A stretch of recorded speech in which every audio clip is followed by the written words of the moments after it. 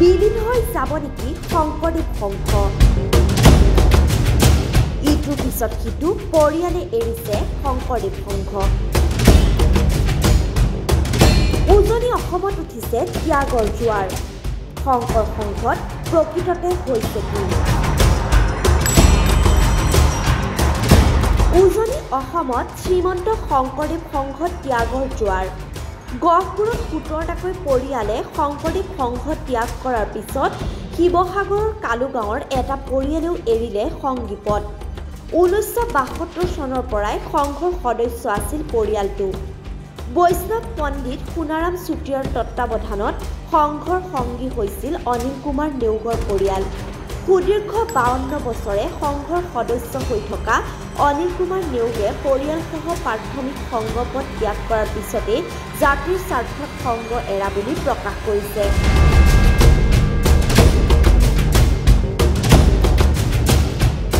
পূৰ্বজক তৰ্পণ কৰাত বাধা দি সংঘই টাই আহোমৰ স্বাভিমান আৰু আত্মসন্মানত আঘাত কৰাৰ অভিযোগ।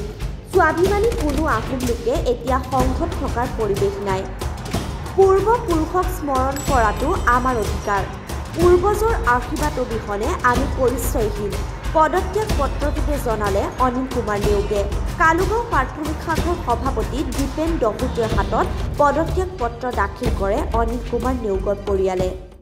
হিচাপে নোহোৱা নহয়, কিন্তু আবেগিক হিচাপে অকণমান হৈছোঁ। হ'লেও যিখিনি তেওঁলোকৰ কাৰুকাৰ্য কাণ্ড কাৰখানা এইবিলাক চাই অতিষ্ঠ হৈ আছিলোঁ, চুপে চাপে আছিলোঁ। কিন্তু এতিয়া নিজৰ জাতিক মানে অপমান কৰিছে, গতিকে সেইটোত মই দুখ পাই লৈ নিজে মই সংঘৰ পৰা পদত্যাগ কৰিছোঁ। মই শৰণ লৈছোঁ 1952 চনত। স্বৰ্গীয় সোণাৰাম চুতীয়া বাপজনে আমাক শৰণ কাৰ্য দিছে। মূলৰ এজন মানুহে আহোম জাতিটোক যেতিয়া তুচ্ছ তাচ্ছিল্য কৰিলে, তাত আৰু আমি কেনেকৈ সহ্য কৰি থাকিম? ধৰ্মীয় অনুষ্ঠানত সোমাই থাকিলে হ'ল। কাৰণ ধৰ্মটোৱে কাকো উচ্চ নিচ জ্ঞান কৰিবলৈ কোৱা নাই, সকলোকে সম দেখিবলৈহে কৈছে। গতিকে আহোম হ'ল বুলিয়ে যে আমি আমাক তাচ্ছিল্য কৰি হাঁহিব, এইটো আমি সহ্য নকৰোঁ।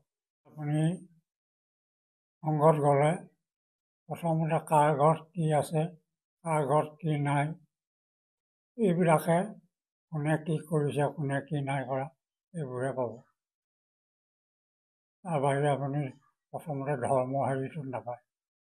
ধৰ্মীয় অনুষ্ঠানত সদায় ধৰ্মৰ আলোচনা হ'ব লাগে, কিন্তু লোকক মানুহে কি কৰিছে কি নাই কৰা সেইবিলাক নামঘৰত গৈ আলোচনা কৰাটো মই পচন্দ নকৰোঁ।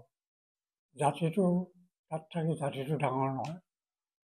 জাতিক ৰক্ষা কৰিবলৈ হ'লে আমি যদি ৰক্ষা নকৰোঁ, কোনে ৰক্ষা কৰিম? জাতিৰ হকে মই ধৰ্ম ত্যাগ কৰিবলৈ বাধ্য হৈছোঁ। কাৰণ জাতিটোকতো আমি ৰক্ষা কৰিব লাগিব। আজি মই যদি নামাতোঁ আৰু বাকী কিজনেও যদি মাত নামাৰে, তেতিয়া আমাৰ জাতিটোৰ ভৱিষ্যতে কি হ'ব? আমাৰ উঠি অহা প্ৰজন্ম কেনেকৈ চলিব? উঠি অহা প্ৰজন্মকতো আমি অকণমান দেখুৱাই থৈ যাব লাগিব বাটটো। শংকৰ সংঘ ত্যাগ কৰা মানে মূল কাৰণ হৈছে কি, আমি যিহেতু আহোম জনগোষ্ঠীৰ লোক, আমাৰ নিজৰ স্বাভিমান আছে, নিজৰ ঐতিহ্য আছে, নিজৰ পৰম্পৰা আছে। যিহেতু সেইদিনা গহপুৰৰ চন্দ্ৰ বৰুৱা নামৰ যুৱকজনে মেডাম মেফিৰ মুকলি সভাত সভাপতিত্ব কৰাত তেখেতক শ্ৰীমন্ত শংকৰদেৱ সংঘৰ তেখেতৰ প্ৰাথমিকৰ ফালৰ পৰা এখন চৌকছ জাৰি কৰা হ'ল। তাত স্পষ্টভাৱে উল্লেখ আছে যে তেখেত সংস্কাৰ হ'ব লাগিব। অৰ্থাৎ সংস্কাৰ মানে কি? তেখেতে কি মেডাম মেফিৰ সভাত সভাপতিত্ব কৰি কি কুসংস্কাৰ কাম কৰিছিলে নেকি? তেখেতেতো কুসংস্কাৰ কাম কৰা নাই। আমাৰ অসমৰ মেডাম মেফিটোতো এটা কুসংস্কাৰী বস্তু নহয়। আমাৰ মেডাম মেফিটো হৈছে আমাৰ পূৰ্বপুৰুষসকলক স্মৰণ কৰি পেলানি এভাগি কৰা প্ৰাৰ্থনা বা এভাগি সকাম। সেই সকাম ভাগক যদি কোনোবাই যদি কুসংস্কাৰ বুলি কয় বা সংস্কাৰ হ'ব লাগিব বুলি কয়, তেতিয়াহ'লে সেইটোৰ কথা আমি এজন আহোম যুৱক হিচাপে কেতিয়াও আমি সহ্য কৰিব নোৱাৰোঁ। আৰু সেই ক্ষোভতে আমি আজি শংকৰ সংঘ ত্যাগ কৰিছোঁ।